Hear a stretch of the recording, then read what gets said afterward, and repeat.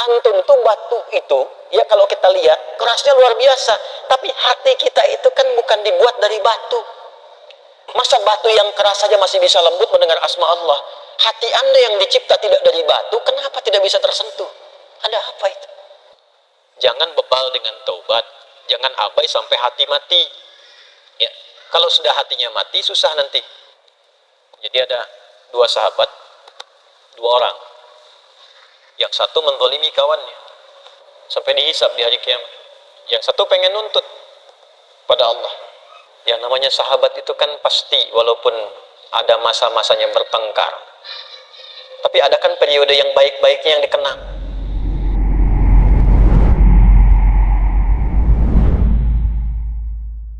Kita diminta oleh Allah Subhanahu wa Ta'ala, oleh Rasulullah SAW untuk sadar diri.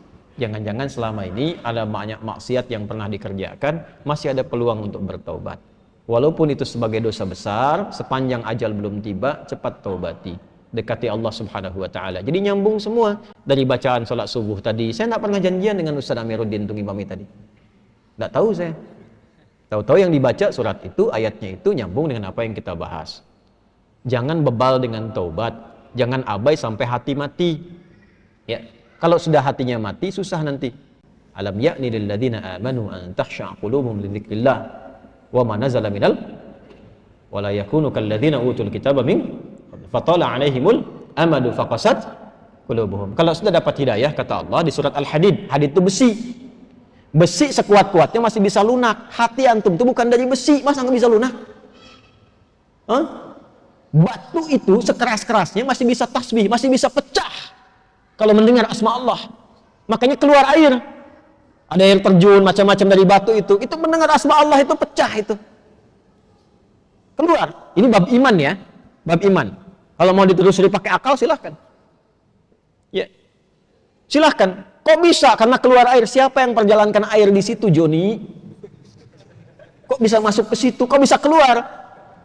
Nah, dibacanya pakai iman, maka turunlah ayat-ayat untuk menyentuh iman. Al-Baqarah ayat 74. Tsumma qasat qulubukum min ba'di dzalika fahiya kal hijarati aw ashaddu qaswa wa inna minal hijarati lama yashaqqu fa yakhruju minhul wa inna minha lama yatafajjaru minhul anhar. Batu aja yang keras itu kalau mendengar asma Allah bisa pecah, bahkan bisa mengeluarkan air dan bermanfaat.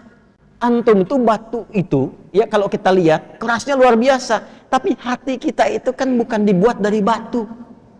Masa batu yang keras saja masih bisa lembut mendengar asma Allah?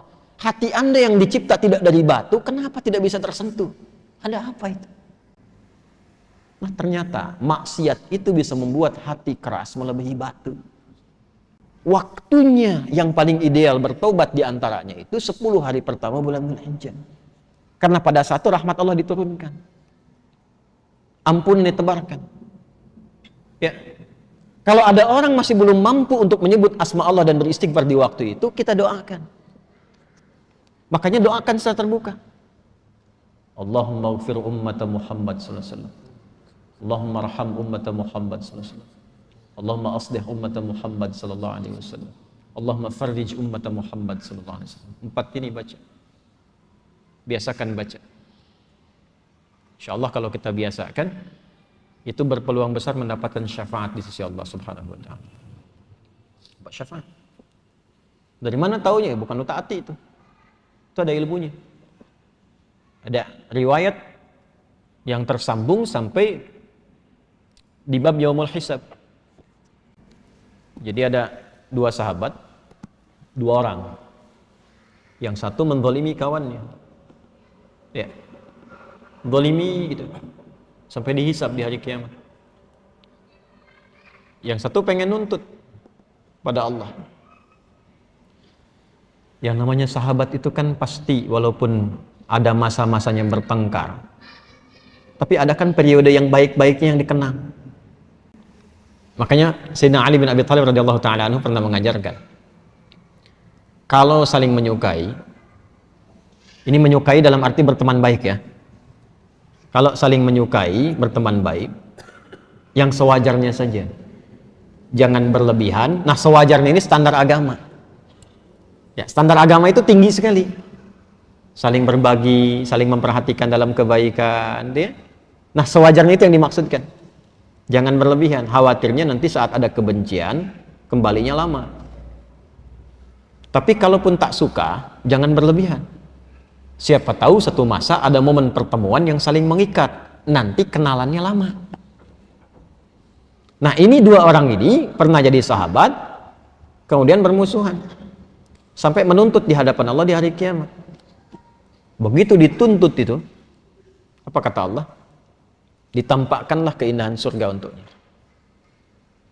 Begitu ditampakkan, bertanya, ya Rabb, untuk siapa surga ini? Ya. Maka dijawab, kama qala, maukah aku tawarkan? Ya, satu hal yang bisa mendapatkan keindahan di surga ini. Mau ya Allah?